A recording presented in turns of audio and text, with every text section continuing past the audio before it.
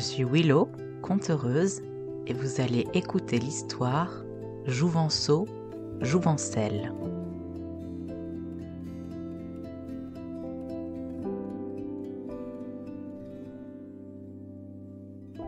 Cette histoire se passe il y a longtemps, quand un empereur tente de conquérir ses voisins. À chaque fois qu'il battait un royaume ennemi, il demandait au roi de lui donner un de ses fils pour 10 ans de service. Parmi ces rois voisins se trouve un roi plus fort que les autres, plus combatif. Malheureusement, avec l'âge, il perd de plus en plus. Et cela le rend morose. Un jour à table avec ses 3 filles, elles finissent par lui demander ce qui lui arrive. « Est-ce que ce sont tous ces combats perdus qui vous rendent si triste, père ?»« Si seulement ce n'était que cela, répond-il. Mais c'est surtout de savoir que je ne pourrai jamais m'arrêter de combattre, car je n'ai pas de fils à offrir à l'empereur. Je n'ai que vous 3, mes filles. » « Ne vous en faites pas, père, dit l'aîné. Moi, j'irai. »« Allons, tu iras, lui dit son père. Eh bien, vas-y, et puis quand tu reviendras, nous rirons ensemble de ta défaite. » L'aîné ne se laisse pas démonter par le soutien inexistant de son père le roi. Elle fait ses préparatifs, choisit dans l'écurie le cheval le plus jeune et se met en route. Pour arriver jusque chez l'empereur, il lui faut traverser 3 rivières. Devant le premier pont, elle aperçoit soudain un loup. Immense, grognant, le poil rêche, les crocs jaunes.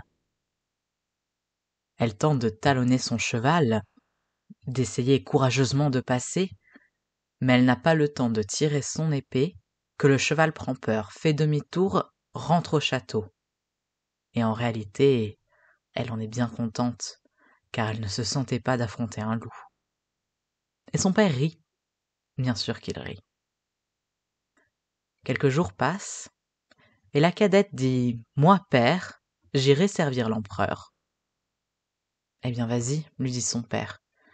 Et puis, quand tu reviendras, nous rirons ensemble de ta défaite. » À la cadette ne se laisse pas faire. Elle se prépare. Elle prend dans l'écurie le cheval le plus fort. Et elle se met en route. Pour aller chez l'empereur, il lui faut traverser 3 rivières. À la première, elle voit le loup, grognant, menaçant, le poil rêche et les crocs jaunes. Elle talonne son cheval et passe si fort que le loup s'enfuit. Au deuxième pont, elle voit un lion. Immense, à côté de lui, le loup aurait l'air d'un agneau. Il a des griffes, grandes comme des épées, une gueule béante qui pourrait l'avaler d'une seule bouchée. Elle talonne son cheval, mais bien qu'il soit fort, il prend peur et la ramène au château. En réalité, elle en est bien contente. Elle ne se sentait vraiment pas assez courageuse pour affronter un lion. Quelques jours passent, et enfin, la Benjamine dit à son père que elle ira, elle, servir l'empereur. Très bien, lui dit son père, vas-y, vas-y donc. Et puis nous rirons ensemble quand tu reviendras. La Jouvencelle ne se démonte pas. Elle ne prend pas garde à ce que lui dit son père, et elle lui répond même « Rira bien, qui rira le dernier ». Elle va ensuite dans l'écurie. Elle passe à côté du cheval le plus jeune, qu'elle sait peureux. Elle passe à côté du cheval le plus fort, qu'elle sait très faillible. Et au fond de l'écurie, allongé sur la paille, il y a un très vieux cheval. Elle s'arrête le regarder. Celui-ci lui dit « Eh bien alors, n'es-tu pas l'enfant de mon maître, le roi, lui que j'ai servi si longtemps pendant les guerres ?»« C'est moi, répond la Jouvencelle. »« Et toi qui es-tu alors ? » ?»« Le premier cheval du roi. » « Ah, je n'ai pas fière allure maintenant, dit le cheval, mais si tu me baignes d'eau de pluie tous les matins et tous les soirs, je retrouverai ma force d'antan. » Aussitôt, la jouvencelle fait ce que le cheval lui a conseillé. Tous les matins et tous les soirs, pendant 1 semaine, elle va le baigner d'eau de pluie. Et à la fin de la semaine, le cheval ne ressemble plus du tout au vieux cheval qu'elle avait pu trouver au fond de l'écurie. Il est fort sur ses pattes, agile, le poil luisant. Pour partir voir l'empereur, la jouvencelle n'a prévu que 3 choses. Des habits de garçon, qu'elle enfile, un bon cheval, qu'elle a trouvé, et des conseils. Lorsqu'elle demande au cheval s'il sait lequel des conseillers de son père pourrait lui donner les meilleurs indices, il lui répond « Allons, enfant de mon maître, si tu m'écoutes, tu n'auras besoin d'aucun autre conseil. » La jouvencelle a trouvé la dernière chose dont elle avait besoin, alors elle se met en route. Pour aller chez l'empereur, il lui faut traverser 3 rivières. Quand elle arrive en vue du premier pont, le cheval la prévient. « Tu vas voir un loup sur ce pont, mais ne t'en fais pas. Je suis plus rapide qu'un loup. Si tu lui fais peur de ton épée, nous pourrons passer. » Alors, la jouvencelle Jouvenceau tire son épée, talonne son cheval. Celui-ci passe à côté du loup et la jouvencelle Jouvenceau donne un grand coup vers sa gueule pour le faire reculer. La lame ne passe pas loin de lui trancher la langue et le loup s'enfuit. Quand ils arrivent au 2e pont, le cheval la prévient. « Tu verras, enfant de mon maître, un lion très bientôt, mais ne prends pas peur, je suis plus rapide qu'un lion. Si tu tires ton épée et que tu l'effraies en passant à côté de lui, nous nous en sortirons. » La jouvencelle Jouvenceau fait ce que lui conseille son cheval magique. Il tire son épée et talonne son cheval. Ils courent. Ensemble, ils passent près du lion. D'un coup d'épée, la jouvencelle Jouvenceau tranche presque la langue de l'animal. Et elle s'en sort, et il s'en sort. En arrivant en vue du 3e pont, le cheval lui dit « Le prochain adversaire, je ne peux pas m'enfuir devant lui. Il est plus rapide que moi. Il te faudra combattre. C'est un dragon à 7 têtes. Réussis à en trancher une seule de ton épée, et nous serons sauvés. » La jouvencelle Jouvenceau tire son épée. Elle talonne son cheval. Ils se mettent en route, ils avancent de plus en plus vite et le dragon grandit de plus en plus sous ses yeux. Alors, pendant 1 heure, le dragon et la jouvencelle Jouvenceau se battent, jusqu'à ce il arrive à lui trancher une tête. Alors, sous ses yeux, le dragon se ramasse sur la terre, diminue, jusqu'à prendre la taille d'un homme, et apparaît alors son père, le roi. « Je suis si fier de toi, lui dit-il, et je ne rougis pas de t'envoyer comme les autres ont envoyé leur fils pour servir l'empereur. » Rassurée, la jouvencelle Jouvenceau se met à nouveau en route. Finalement, il arrive en vue du château de l'empereur. Là, ce sont les autres fils de roi qui l'accueillent. On présente la jouvencelle Jouvenceau à l'empereur, qui l'accueille comme il a accueilli les autres fils de roi. Très vite, il devient son préféré, le favori. Un jour, l'empereur propose une grande chasse à tous ses fils de roi qui le servent. La jouvencelle Jouvenceau, bien évidemment, en fait partie. Dans la forêt, les chiens aboient, les cors sonnent, les chevaux courent. Pendant la chasse, la jouvencelle Jouvenceau s'éloigne. Il poursuit un cerf, un grand cerf, et ne voit pas il s'enfonce de plus en plus loin dans la forêt. Au bout d'un long moment seul, le cerf ayant disparu, la jouvencelle Jouvenceau demande à son cheval par où rentrer. Malheureusement, lui dit celui-ci, je ne sais pas, mais quelque chose me dit qu'il nous faut continuer par là. Alors la jouvencelle Jouvenceau suit l'instinct de son cheval. Au milieu du sentier, sur le sol, il trouve une mèche de cheveux blonds, si beau, si doux. Que dois-je faire? Demande la jouvencelle Jouvenceau au cheval. Devrais-je ramasser cette mèche de cheveux? Eh bien, lui dit celui-ci, si tu la ramasses, tu le regretteras. Si tu ne la ramasses pas, tu le regretteras aussi. Alors, autant la ramasser. La jouvencelle Jouvenceau ramasse la mèche de cheveux et l'entortille autour de son cou. En avançant toujours plus loin, à la recherche du chemin pour rentrer au château de l'empereur, la jouvencelle Jouvenceau aperçoit soudain au loin 2 géants en train de se battre.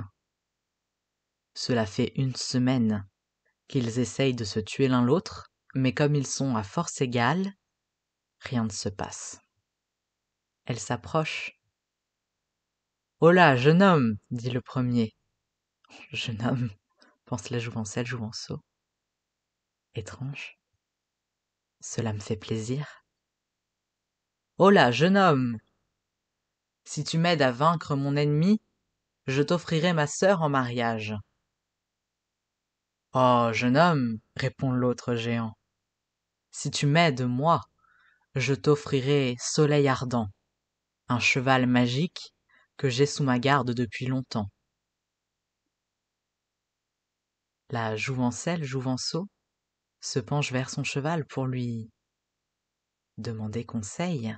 « Connais-tu Soleil ardent ?» lui demande-t-elle. « C'est un cliché de penser que tous les chevaux magiques se connaissent, » répond le cheval magique. « Cependant oui, je connais Soleil ardent, il s'agit de mon jeune frère. Il est plus rapide et encore plus solide que moi. Tu auras besoin de lui pour le reste de tes aventures. Car, en réalité, enfant de mon maître, je fatigue un petit peu. » Alors, la jouvencelle Jouvenceau se lance dans la bataille. D'un seul coup d'épée, elle tranche le premier géant, de la tête jusqu'au nombril. Le deuxième géant, ravi d'avoir trouvé un aussi bon compagnon de combat, l'invite à venir passer la nuit chez lui, en plus de récupérer Soleil ardent, bien sûr, qui est dans ses écuries. La jouvencelle Jouvenceau suit le géant. Arrivé sur ces terres, il n'en revient pas de toutes les richesses de ce géant. En premier, il l'amène à l'écurie pour lui montrer Soleil ardent. Les 2 chevaux magiques sont ravis de se revoir, et le premier lui dit qu'il retourne chez son père. La jouvencelle Jouvenceau lui fait ses adieux, le décèle et le laisse partir. Ensuite, le géant l'emmène manger dans son salon, et là, la jouvencelle Jouvenceau rencontre la mère du géant. Celle-ci est persuadée que l'invité que son fils a ramené n'est pas un jeune homme guerrier, mais une jeune femme déguisée. Et s'il s'agit d'une jeune femme déguisée, elle ferait l'épouse parfaite pour son fils. « Allons, mère, lui dit celui-ci. Laisse donc les gens être qui ils veulent. Il s'est présenté en tant que Jouvenceau, et je ne vois pas pourquoi je ne le croirais pas. Et puis aussi, je n'aime pas trop cette idée que je sois obligé d'épouser une femme. » J'aime pas trop cette idée que je sois épousée une femme. Tu épousais une femme, non? Répond sa mère. Et je vais te prouver que l'invité que tu as ramené, c'est une femme. Cette nuit, comme toutes les nuits, je déposerai sur ton oreiller un bouquet de fleurs. Tu sais bien, les fleurs qui fanent toujours en une nuit. Elles fanent en une nuit car elles sont magiques. Au toucher d'un homme, elles périssent. Au toucher d'une femme, cependant, elles peuvent vivre éternellement. Très bien, lui dit le géant, je l'ai invité à passer la nuit ici. Essaye donc. Avant d'aller se coucher, la jouvencelle Jouvenceau va demander conseil à Soleil Ardent. Celui-ci, là, le prévient que la mère du géant est en train d'élaborer un stratagème pour essayer de démasquer un costume qui n'en est plus un. Mais ne t'en fais pas, lui dit Soleil Ardent. Si les fleurs ne fanent pas quand tu les touches, tu n'auras qu'à te glisser dans la chambre du géant, échanger son bouquet avec le tien. Merci, lui répond la jouvencelle Jouvenceau. Il retourne dans sa chambre, et en effet sur l'oreiller, il y a déjà un beau bouquet. Il prend le bouquet dans sa main, préparé à devoir aller l'échanger dans la chambre du géant endormi. Mais dès il les touche, les fleurs fanent et meurent.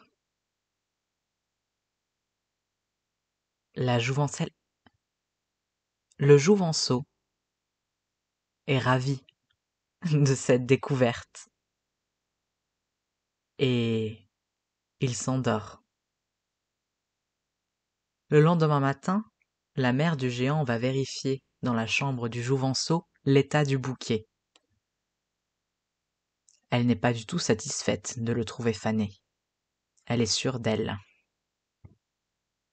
Tu vas, dit-elle à son fils, aller lui montrer les jardins, puis l'armurerie. On verra bien ce qui l'intéresse le plus, et nous saurons alors s'il s'agit d'une femme. Mère, vraiment, je ne vois pas pourquoi un homme ne pourrait pas apprécier les fleurs, c'est moi-même qui m'occupe du jardin. Mais très bien, faisons comme tu veux, et tant qu'il s'en rend pas compte. Alors le géant propose au jouvenceau d'aller se promener dans le jardin, et celui-ci, sentant l'entourloupe, lui répond « Pourquoi passer dans les jardins? Il ne s'agit que d'une chose de fille au final. Allons plutôt voir l'armurerie. » Alors, le géant lui montre l'armurerie. Là, sa mère l'y attend. Et elle dit au jouvenceau « Vous pouvez choisir l'épée que vous souhaitez. Regardez celle-ci.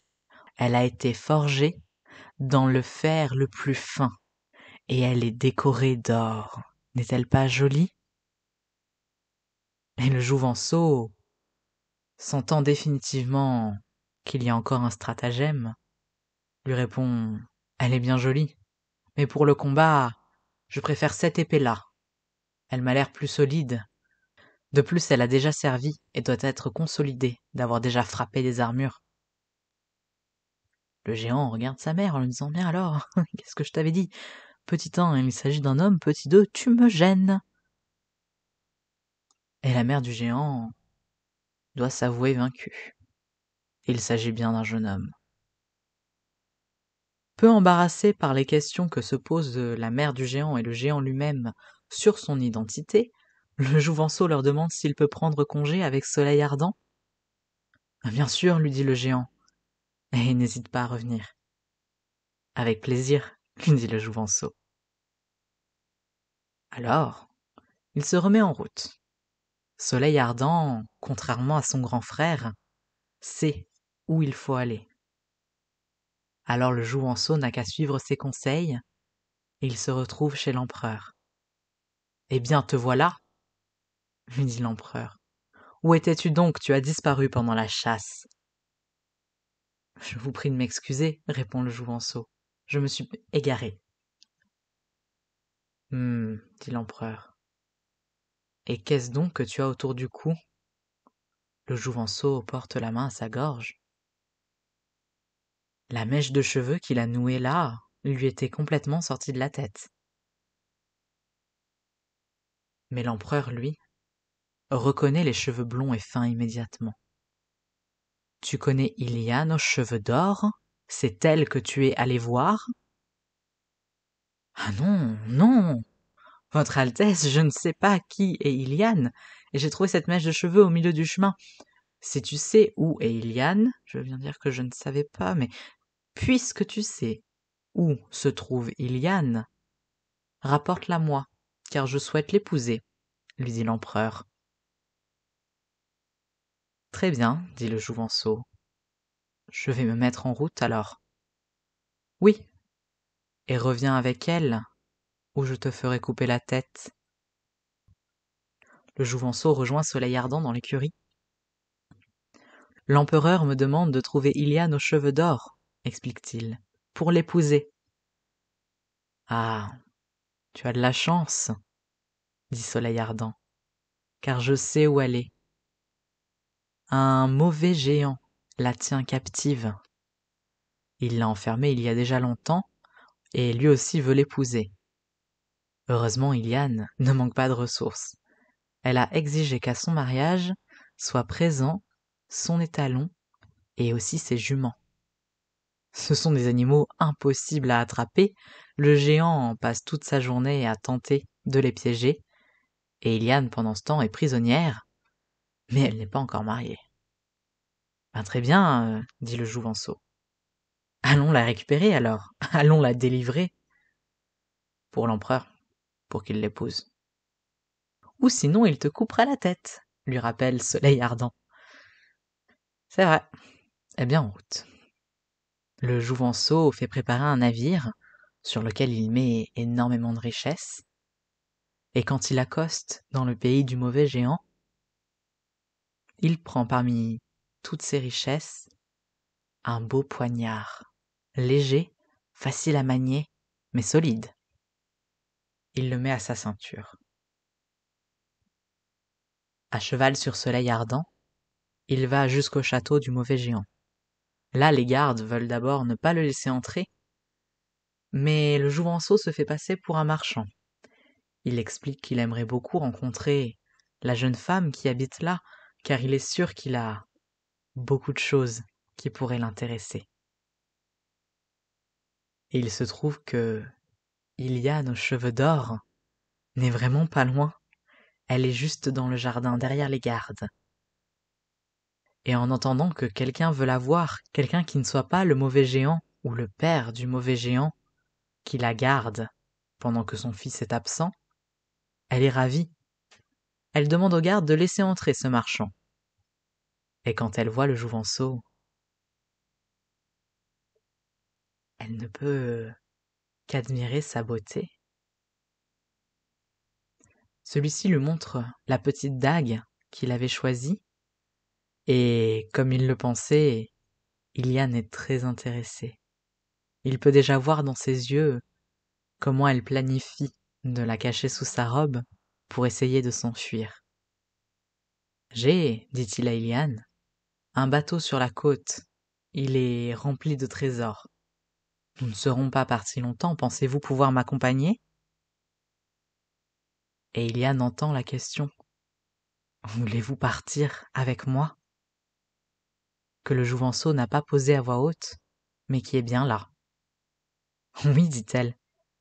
Allons voir votre bateau. » Les gardes, bien évidemment, l'accompagnent, mais le Jouvenceau leur demande de ne pas monter sur le bateau, qu'il ne peut pas surveiller 3 personnes à la fois et qu'il s'est déjà fait voler par des gardes comme eux. Alors ils attendent en bas de la passerelle, pendant qu'Iliane regarde les trésors.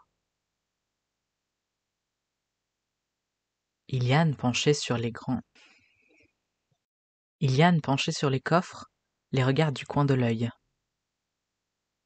Et à un moment, le père du géant hurle dans le château. On l'entend jusqu'ici. « Oh, hé, Iliane !» Les gardes se retournent et le Jouvenceau profite qu'ils ne le regardent plus pour abattre les voiles. Elles prennent le vent immédiatement Il se met en route. Iliane, sur le bateau, n'en revient pas de joie. « Qui es-tu » demande-t-elle. « Pourquoi m'as-tu sauvée ? Merci. »« Je suis désolée, » lui dit le Jouvenceau. « Je n'ai rien d'un héros. Je vous ai secouru sous les ordres de mon maître l'empereur. Il m'a ordonné de vous délivrer du géant car il veut vous épouser. Sinon il m'aurait coupé la tête. » Iliane comprend bien. Elle-même, elle a été obligée d'obéir à des hommes plus puissants qu'elle avant. Elle n'en veut pas au Jouvenceau. Pendant la traversée, ils deviennent amis.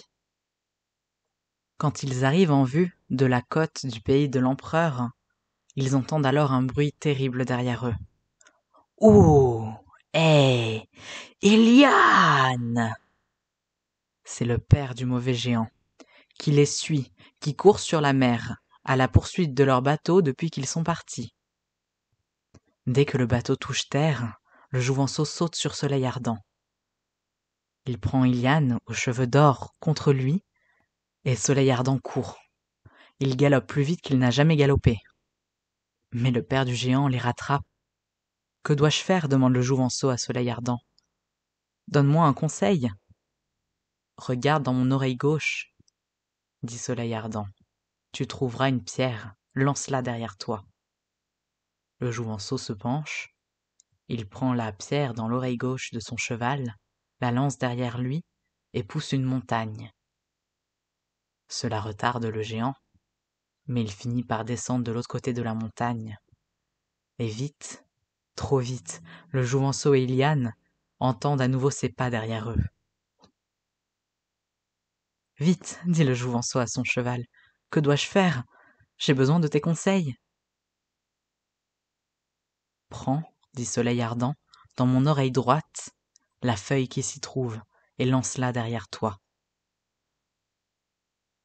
Le Jouvenceau se penche sur l'encolure de son cheval, prend dans son oreille droite la feuille et la lance derrière lui. Alors pousse une forêt si fournie que le père du géant ne peut se faire un chemin qu'en arrachant les arbres. Cela le retarde, mais pas assez, et vite, trop vite, le Jouvenceau et Iliane entendent à nouveau ses pas derrière eux. Alors Iliane se penche sur l'encolure du cheval et elle dit à Soleil Ardent : « Donne-nous un autre conseil, vite, le père du géant va nous rattraper. » Eh bien, Iliane, prends donc l'anneau qui est à ton petit doigt et lance-le derrière toi. Iliane enlève l'anneau qui est à son petit doigt, elle le lance derrière elle.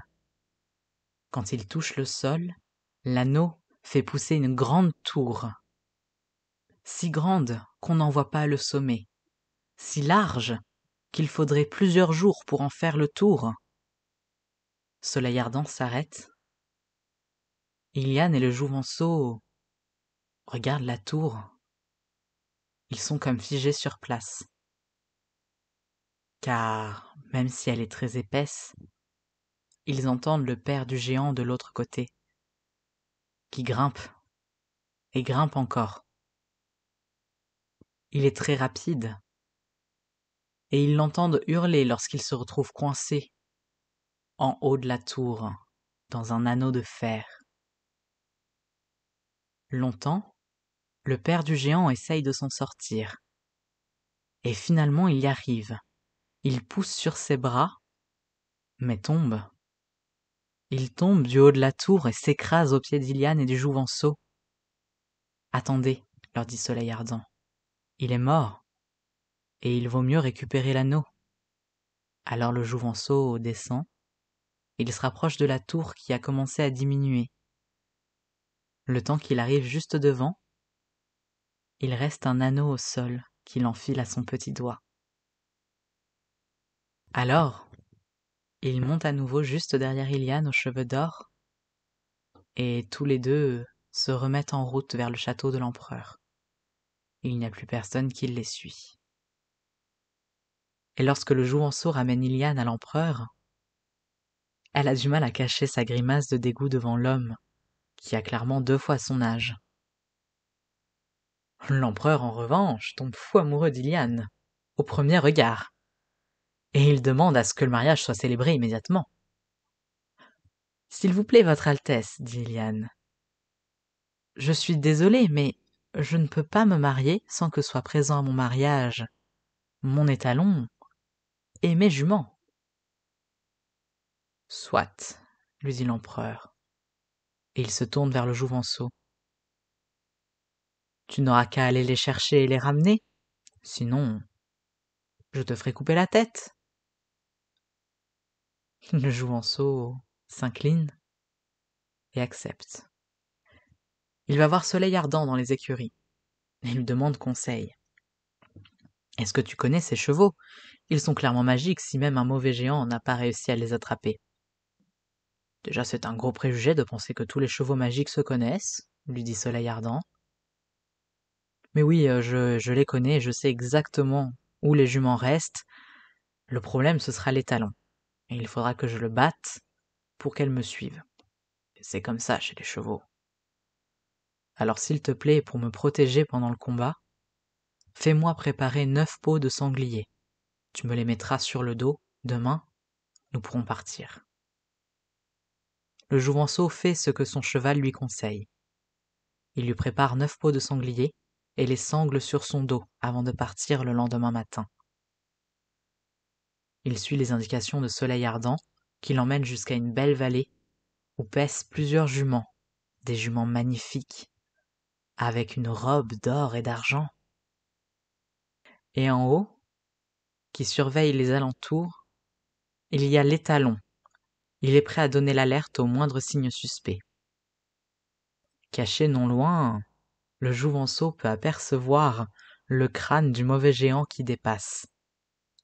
L'étalon l'a clairement déjà remarqué, et s'il fait un seul mouvement, la troupe détalera. Le mauvais géant doit le savoir, parce qu'il ne bouge pas. Alors, le Jouvenceau sur Soleil Ardent s'approche du géant tout doucement. Il s'allonge à côté de lui et lui dit « Écoutez, je suis désolé de venir vous déranger, on m'envoie de votre château pour vous apprendre une terrible nouvelle. Votre père est mort. Nous sommes en train de préparer l'enterrement, mais il faut que vous soyez là. Alors, rentrez, je surveille les juments, et si elles s'en vont, je vous laisserai une piste à suivre. Quand vous reviendrez, vous pourrez à nouveau les chercher. » Le géant, qui ne se doute de rien, remercie le Jouvenceau. Il le laisse garder le troupeau. Et il rentre vite, vite chez lui, s'assurer que son royaume est en ordre, maintenant que son père ne s'en occupe plus. Soleil Ardent dit au Jouvenceau de faire le tour et d'aller se cacher dans l'arbre là-bas, pour que les chevaux ne le voient pas. Lui, il avance avec confiance vers les juments. En le voyant, elles sont ravies, elles le connaissent très bien, elles lui demandent des nouvelles de son frère. Mais l'étalon ne peut pas laisser un autre cheval parler à ses juments comme ça. C'est inadmissible. Alors il se lance à pleine vitesse, sur Soleil Ardent, et il le mord à l'épaule. Il aurait pu le tuer à ce moment-là. Mais grâce aux peaux de sanglier, Soleil Ardent ne ressent rien. Lui aussi mord, lui aussi cabre. Il donne des coups de sabot, et à chaque fois qu'il tape réellement, qu'il abîme la chair, la peau, le muscle, l'étalon répond. Mais lui, il ne fait que déchiqueter les peaux de sanglier. Finalement, essoufflé, l'étalon s'avoue vaincu. Alors Soleil Ardent se secoue pour laisser tomber au sol les peaux de sanglier déchiquetées, et il appelle le Jouvenceau. Celui-ci vient, monte à nouveau sur Soleil Ardent, et les juments, car c'est ainsi que cela se passe chez les chevaux, le suivent sans discuter. L'étalon clopine à l'arrière de la troupe. Lorsque le Jouvenceau revient, l'empereur est en train de montrer ses jardins à Iliane, qui a l'air de s'ennuyer à mourir. En voyant venir ses juments et son étalon, elle court vers le Jouvenceau, le remercie de lui avoir ramené sa troupe de chevaux. Elle embrasse toutes ses juments, et lorsque vient le tour de l'étalon, il guérit, par magie, de ses blessures. « Eh bien, lui dit l'empereur, maintenant que tu as à nouveau ta troupe de chevaux, tu m'épouseras, n'est-ce pas, Iliane ? » « Oh, votre Altesse, je vous épouserai, mais avant cela, permettez-moi de vous faire un cadeau. Il y a, non loin d'ici, la petite église de Saint-Fleuron. Les nonnes qui y vivent gardent dans une amphore une eau magique qui donne la vie éternelle. Prenons un bain ensemble, mon empereur, dans le lait de mes juments, et avec un peu de cette eau magique, ainsi nous vivrons ensemble pour l'éternité. » En entendant cela, l'empereur fait immédiatement venir le Jouvenceau et lui ordonne d'aller chercher l'amphore avec l'eau magique qui donne la vie éternelle dans la petite église de Saint-Fleuron, ou alors il lui coupera la tête. Le Jouvenceau, à ce moment-là, a bien du mal à comprendre comment quiconque voudrait servir cet empereur, si c'est ainsi qu'il traite son favori.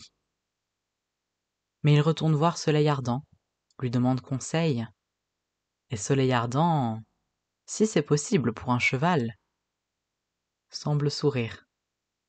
« C'est très simple, » il finit par dire. « Nous irons demain. Un sorcier rend visite aux nonnes. Il leur amène des nouvelles du monde. Il parle beaucoup.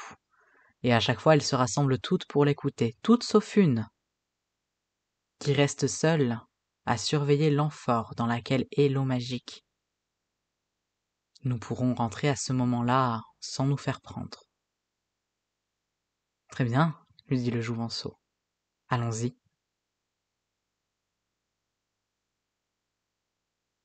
Et pour que les nonnes ne se méfient pas de lui, pour la première fois depuis bien longtemps, le Jouvenceau remet une robe. Ainsi déguisé, il s'approche du couvent. Soleil Ardent fait bien attention de ne pas avoir l'air trop vif. Il boitille, marche lentement. Le Jouvenceau, déguisé en Jouvencelle, descend de son cheval et demande si il serait possible qu'on lui offre un verre d'eau et s'il pourrait se reposer un peu à l'ombre car il voyage seul et il est très fatigué. La ruse bien sûr fonctionne et la seule nonne qui reste à surveiller l'amphore s'absente pour aller lui chercher un verre d'eau. Très vite, le Jouvenceau Jouvencelle se saisit de l'amphore, remonte sur Soleil Ardent qui part au triple galop. Quand la nonne entend les sabots du cheval, elle comprend immédiatement. Elle crie au meurtre, au feu, à l'imposture, au vol de l'amphore dans laquelle est l'eau magique. Les autres nonnes répercutent ces cris, et le sorcier qui se trouve avec elle leur dit « Ne vous en faites pas, mesdames, j'ai dans mes manches le sort le plus mauvais que je connaisse. » Et alors le sorcier, levant haut les bras, hurle vers le Jouvenceau en fuite. Si le voleur était une femme, qu'il se transforme en homme. Si la voleuse était un homme, qu'elle se transforme en femme.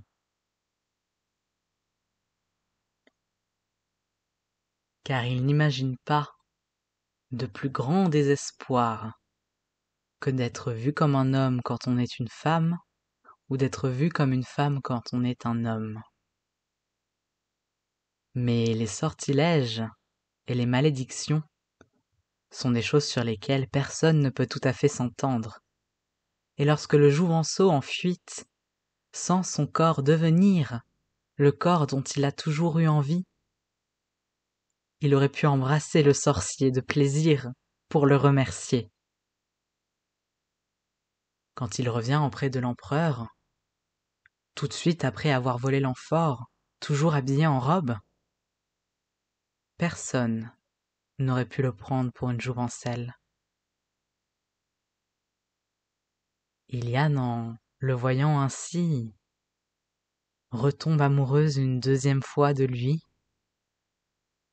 Elle a trait ses juments pendant qu'il était absent, et elle s'est surtout entretenue avec son étalon. Elle a convaincu l'empereur de faire du Jouvenceau son successeur, dans le cas où il n'aurait pas d'héritier.